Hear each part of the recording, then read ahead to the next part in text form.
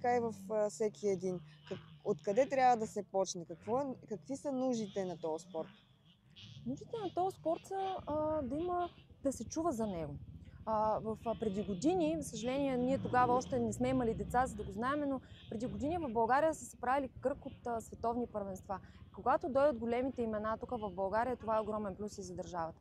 В момента има трасета, които се поддържат лично от хората, които живеят близо до трасета. Ние имаме претенции, че нас деца ще ги обучаваме и ще се учат, за да отидат да са конкурентоспособни състезанията в чужбина, а ги караме някой път да тренират при отвратителни условия. И ние няма как детето да подготвим и трасето, на което ще кара. Подготвяме го с треньор, подготвяме го с мотор, подготвяме го с екип и отиваме на едно трасе, което просто е в окаяно състояние.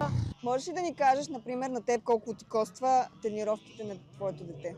Ами на нашето семейство, ние сме наистина обикновени хора, служители. На нас ни коства парите, които имаме, парите, които нямаме и парите, които бихме имали евентуално.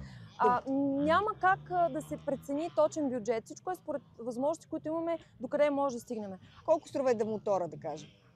Един мотор нов може да струва, според зависимост от вкуса, между 8 и 15 хиляди лева. Един състезател е хубаво да има два мотора, с единия да тренира, с другия да се състезава, за да може в единия да е сигурен, че винаги ще е перфектен. Т.е. ако си правил тренировка предния ден или нещо се случи на състезание и нямаш някоя част да смениш, да имаш план Б.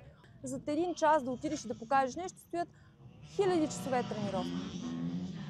Имате ли за цел да го включат в европейски друга държава? Да. Това е също един вариант, но като че ли не ми се иска детето ми да отива да живее в чужбина, като все още може и тук да научи. Ние изобщо не сме много по-зле от останалите страни. Имаме прекрасни естествени трасета. Колко може да има една поддръжка? Имаме прекрасни треньори, които наистина могат да направят чудеса от кралство. Просто не ги използваме.